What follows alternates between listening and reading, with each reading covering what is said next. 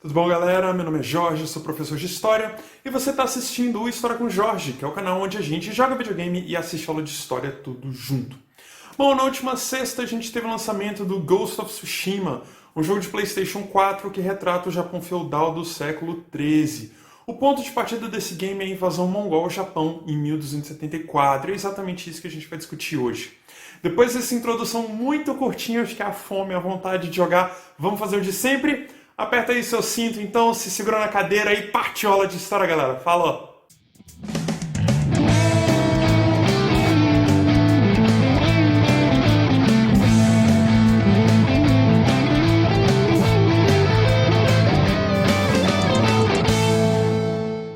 Bom, gente, a primeira coisa que é necessário fazer quando pegamos um game desse tipo é localizá-lo no tempo e no espaço.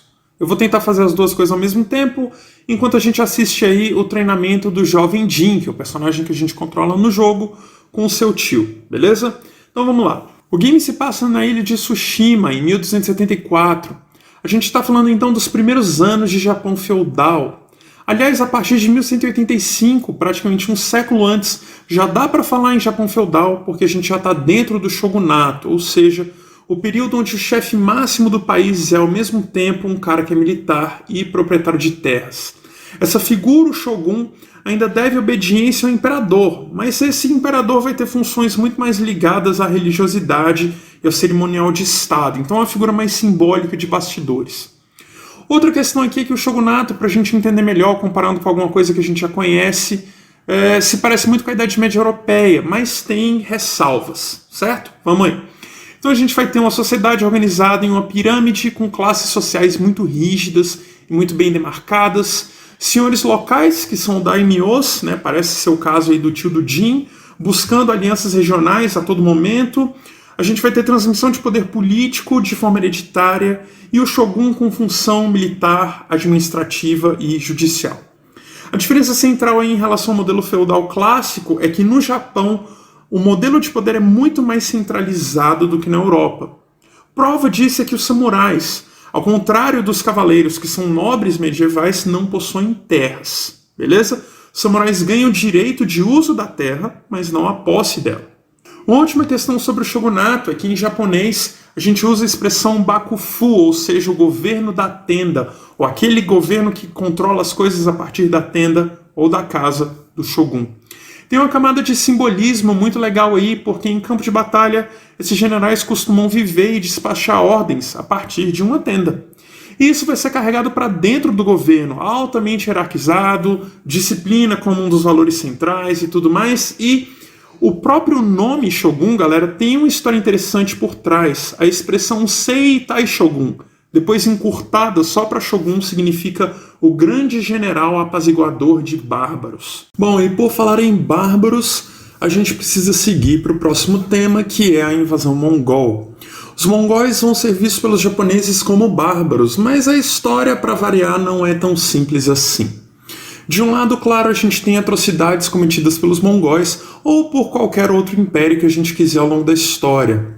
Vamos para um exemplo geral, então, que é a invasão mongol a Bagdá, chefiada pelo Hulagu em 1258, 16 anos antes de Tsushima, no qual a gente vai ter um assassinato de 200 mil pessoas, incluindo o califa. De volta ao Japão, o processo de invasão conta com a destruição da maior parte da população em Tsushima e em ilhas vizinhas, incluindo um caos extremamente horrível. Desculpas antecipadas para todo mundo pela descrição altamente violenta, mas tem um episódio dessa operação no qual mulheres japonesas foram capturadas, tiveram a palma das suas mãos furada, foram amarradas pelos buracos nas mãos e usadas como escudo nas embarcações mongóis. Então sim, de um lado, mongóis são bárbaros selvagens. Do outro, essa mesma civilização passa por um período que a gente vai chamar de Pax Mongólica, com tolerância religiosa, proteção a comerciantes na Rota da Seda, contato e troca com sábios chineses e islâmicos, e isso tudo aconteceu pouco depois da Guerra de Expansão chefiada pelo Gengis Khan, lá nos anos 1210.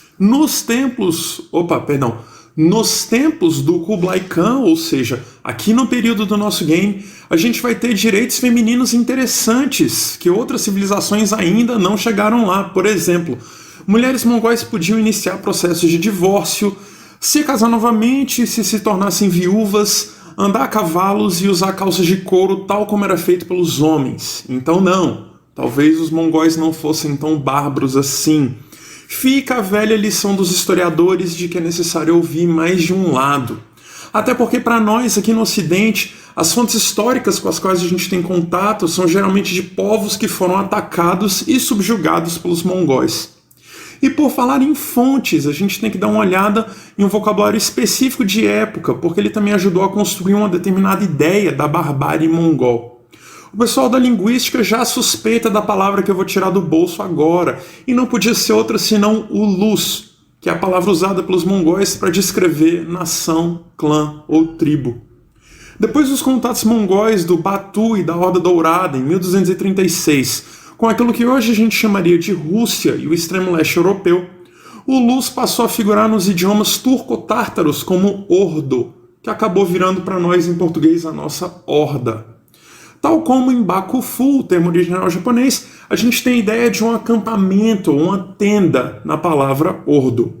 E tal como no Japão também a gente vai ter estrutura familiar patriarcal. Mas, no caso dos mongóis, essa estrutura tende a ser nômade e vai ser sustentada por uma combinação de pastoreio e pilhagem. Bom, de volta para o nosso ponto da invasão em Tsushima, porque eu me distraio facilmente. As fontes, como sempre, variam um pouquinho, gente. A gente vai ter alguma coisa tipo 30 mil soldados e 300 embarcações de um exército composto majoritariamente por mongóis, mas que também tem chineses e coreanos. O jogo, inclusive, acerta em cheio quando ele coloca lá os 80 samurais e o início do jogo, né, a batalha na praia de Komodahama. Mas o motivo da derrota é um pouquinho mais complicado do que foi apresentado no jogo, certo? Mais uma vez, galera, conselhos de historiador. As coisas são mais complexas do que parecem. Praticamente nenhum evento histórico tem uma única causa isolada. E a gente precisa estar sempre olhando para os processos mais amplos e a maneira como vários sistemas aparentemente desconectados trabalham em conjunto. Então vamos puxando os fios aí para ver onde é que a gente consegue chegar. Em um dado momento, o Jin e o seu tio falam em honra e idealizam bastante o que é ser um samurai e tal. Tem um pouco de verdade nisso, principalmente por causa de questões de etiqueta. Em combates nesse período, os japoneses costumam se apresentar antes da luta e tem um certo código a ser seguido no combate 1 contra 1 e tal. Os mongóis do outro lado atacavam todos de uma vez, como se fosse uma onda. Inclusive, eles usam escudos e lanças naquela disposição ombro a ombro, não muito diferente da nossa boa e velha falange hoplítica lá do mundo grego. O outro ponto aqui é que os mongóis usavam armaduras de couro fervido e que as espadas japonesas, que aliás merecem um episódio só para elas, tinham muita dificuldade de penetrar nesse tipo de defesa. Eu acho que ilustrar com o caso real sempre ajuda a dar um pouco mais de concretude. Então vamos lá. Esse choque de civilizações e de modelos de combate foi mais profundo do que ele parece inicialmente. Tem um historiador, galera, um cara chamado Stephen Turnbull. Ele conta um caso sobre a Batalha de Bunei, na ilha de Hakata, ou Hakata, imagino. Os japoneses atiram uma flecha iniciando o início do combate. Os mongóis riam da formalidade e saíram atacando imediatamente. Durante o ataque que se segue, eles usam bombas em cápsulas de metal e papel. E isso tem uma série de efeitos, do tipo assustar os cavalos dos japoneses, desorientar os soldados e praticamente impossibilitar que os japoneses seguissem as ordens dos seus comandantes. Isso porque os comandantes costumavam ficar afastados da batalha em si e davam ordens via toques de tambor. Lá embaixo, no campo de batalha, seria extremamente difícil fazer um monte de coisas ao mesmo tempo. Vai imaginando aí junto comigo, gente. Você vai ter que controlar cavalos, desviar das explosões, ouvir os toques de tambor com as ordens, lidar com espadas que são pouco eficazes contra aquele tipo de armadura, bolar uma estratégia para penetrar nas formações de escudos e encarar mongóis que eram em números incrivelmente superiores aos dos japoneses. Então, resumindo, é um pouco mais complicado do que fomos derrotados porque o estilo samurai não dá mais conta, temos que rever as nossas questões de honra e tudo mais. Belezinha?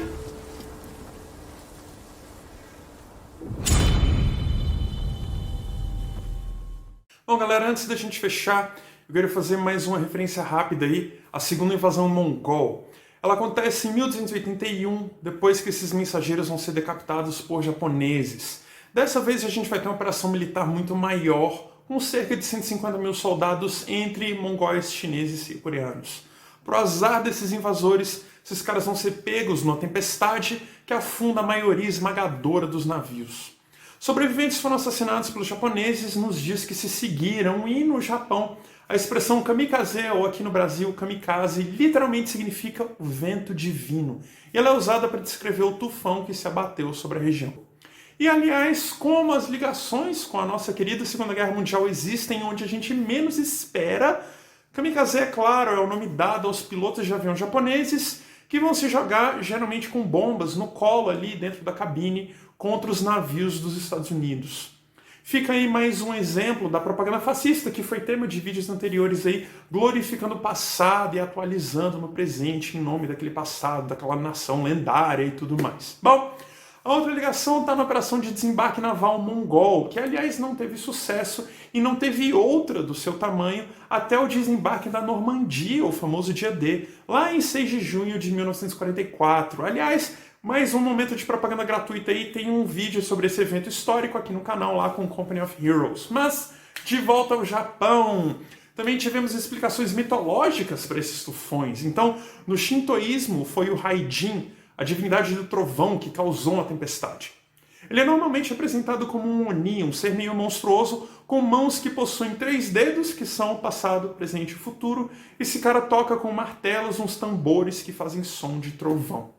Bom, depois dessa avalanche de informações, eu acho que deu, né? Mais uma vez, gente, meu nome é Jorge e eu sou professor de História. Se você gostou desse vídeo, deixa aí o seu like, se inscreve no canal, compartilha, deixa comentário com feedback ou sugestões de outros games ou de períodos históricos. Abraços virtuais e com distanciamento social para todo mundo. Para todo mundo? Para todo mundo. Se cuidem e aí. Lavem suas mãos, fiquem em casa se possível e racha de estudar, galera. Falou!